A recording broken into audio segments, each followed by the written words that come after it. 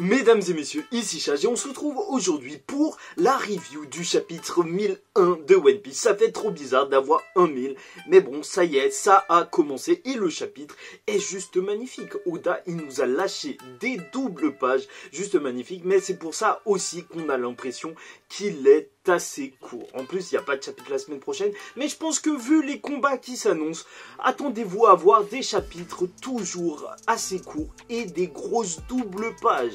Et oui, et en fait, ce chapitre, il est surtout exceptionnel parce qu'il explore les relations entre les personnages. Alors là, t'en as plein. T'as les trois supernovas, les trois chefs d'équipage que sont Luffy, Kid et Law. Leurs interactions ensemble, elles sont juste excellentes. Franchement, je m'y attendais, mais tellement pas, parce que Oda lâche quand même une vanne en plein milieu d'un combat fatidique. C'est un truc de malade, mais franchement, ça marche, ça marche. Cette histoire de boule de feu, de montrer qui a les plus grosses, c'est un classique chez les pirates, c'est un classique.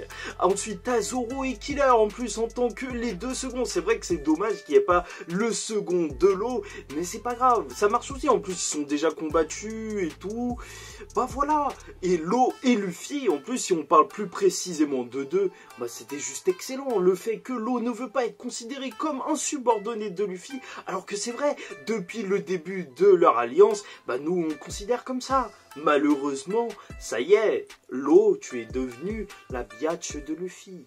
Je suis désolé. Kaido et Big Mom aussi, parce qu'il y a aussi Kaido et Big Mom, parce que tu sens que eux deux, ils ont un passé, ils ont un background, ils ont une histoire en commun. Tu vois que quand Lin, elle parle à Kaido, c'est son petit frère, et oui. Et en plus, t'as même des interactions avec des personnages qui ne sont même pas là, parce que Zoro, quand il a découpé Prométhée, ça, la référence à Kinemon, Luffy et Zoro qui parlent de Kinemon, c'est juste énorme.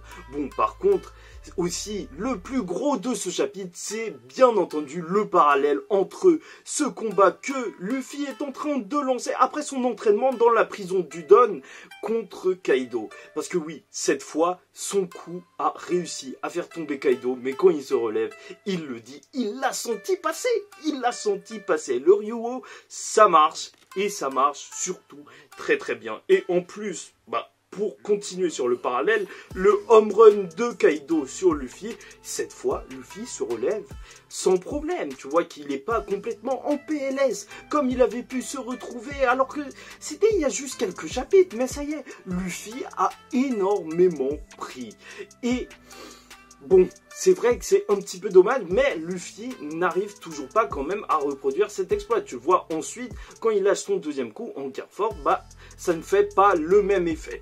Est-ce que c'est parce qu'il ne peut pas encore utiliser le Ryuo dans sa forme de Gear Force? Peut-être. Peut-être, c'est vrai que déjà son Gear Force, il utilise énormément de Haki, donc rajouter le Ryuo, peut-être qu'il garde ça pour un peu plus tard. Et hormis ça, bah c'est vrai que c'est lui le plus utile pour combattre Kaido en ce moment. Et Law, en fait, il a fait un truc auquel j'avais pas pensé, parce qu'il le dit, et c'est vrai. Bon, il a moins l'air d'un monstre que Law, et enfin que Kid et Luffy, mais lui, il peut attaquer directement Kaido de l'intérieur. Donc toute cette histoire de Ryuo, ça va, ça passe. Il peut attaquer directement les organes. En vrai, Law, j'y avais même pas pensé, mais c'est un truc de ouf. C'est vrai, il peut le faire. Comme quoi, son fruit est en vrai vraiment trop cheaté. Hein. Même cette histoire de peau indestructible, bah, il s'en fout, il s'en fout. Après, Kid. Alors Kid, lui, c'est la grande déception. À mon avis, ça va être assez compliqué parce qu'il le dit, genre il peut essayer de submerger Kaido, de l'écraser, mais au final, voilà, il ne peut pas lui faire de gros dégâts. Donc tous ceux qui pensaient que c'était vraiment des équivalents Luffy et Kid, bah, je suis désolé, mais quand même, t'as une grosse différence de niveau rien que par rapport à ça. Après, peut-être qu'il peut l'apprendre durant le combat, comme Rayleigh l'avait dit, bah, le Haki, il se développe pendant les combats, mais surtout, c'est vrai que peut-être qu'à force de combattre Kaido, là, sa défense va devenir de plus en plus faible, et au bout d'un moment, bah, les coups de Kid vont être efficaces, parce que, c'est vrai, les coups de Kid, ils sont puissants, et ils ont l'air hyper puissants, et il n'est pas un des pires de cette pire génération, pour rien, donc, une fois qu'il pourra toucher Kaido, ça va faire du sale. Mais en tout cas, pour l'instant, faut plus les considérer, malheureusement, comme des soutiens pour Luffy. Moi, je les considère comme comme ça. N'hésitez pas à me dire ce que vous en pensez en commentaire. Et il y a les deux seconds aussi qui ont attaqué, Zoro et Killer. Et c'est vrai que Killer n'avait pas ses armes en fait quand il avait combattu Zoro. Donc là, il est à un autre niveau. Mais bon, ils vont juste à peine. Zoro va réussir à égratigner Kaido. Mais apparemment, il lui reste encore des choses. C'est normal parce qu'il y a Enma. Mais d'ailleurs, c'est vrai. Pourquoi Enma est aussi puissant? Est-ce qu'il y aurait le Ryuo qui serait déjà intégré dans Enma? Franchement, ce serait possible. Ce serait possible. J'ai très hâte d'avoir plus d'explications sur cette épée. En tout cas, il coupe du feu comme Kinemon. Tu vois que Zoro, il s'est adapté à plein de techniques. Mais bon, là, après, on passe, bien évidemment, à ce moment qui était clé. Je suis désolé, mais le meilleur moment de ce chapitre, c'est simple, même pas la peine d'en discuter. Kaido, quand il s'est relevé de la patate de Luffy, et qui compare Luffy au grand de ce monde. Ça, mais c'est du lourd, c'est vraiment du lourd. Il le compare à Roger, à Rox, à Shanks, je crois, et à Barbe Blanche, et à Oden aussi. Bon, il y a déjà eu beaucoup de polémiques, parce qu'il y a plein de gens qui disaient « Ah, mais c'est bizarre, il manque plein de personnages. » C'est vrai que Riley, bah, en vrai, il aurait dû être là. Peut-être Shiki, je sais pas, à l'époque. Garp, en tout cas. C'est sûr qu'il aurait dû être là. C'est à cause de Garp et de Roger, quand même, que l'équipage des Rox a été démantelé. Mais en tout cas, on a déjà des grosses figures. Et je pense juste que Oda, il voulait pas surcharger la page. En vrai, et peut-être Kaido, il pense juste à ça là. Mais ça veut pas dire que les gens sont faibles s'ils ne sont pas cités. Je sais pas pourquoi tout le monde devient fou à propos de ces cases. Mais n'hésitez pas à me dire si vous pensez à d'autres personnages qui pourraient être là. Peut-être Mihawk. Mihawk aussi, normalement, c'est du lourd. C'est du lourd. Bon.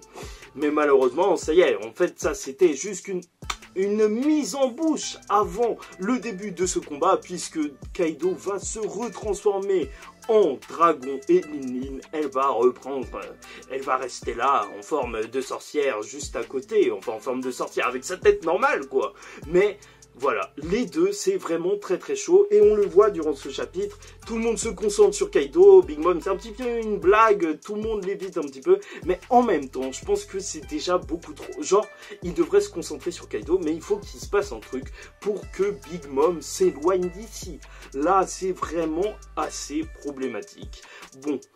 Je crois que c'est tout. Je crois qu'il n'y a pas de chapitre la semaine prochaine. Malheureusement, ça, je crois que c'est le coup qui fait le plus mal à chaque fois. Encore pire qu'une mort de personnage, ou peut-être équivalent. Mais en tout cas, c'est juste terrible.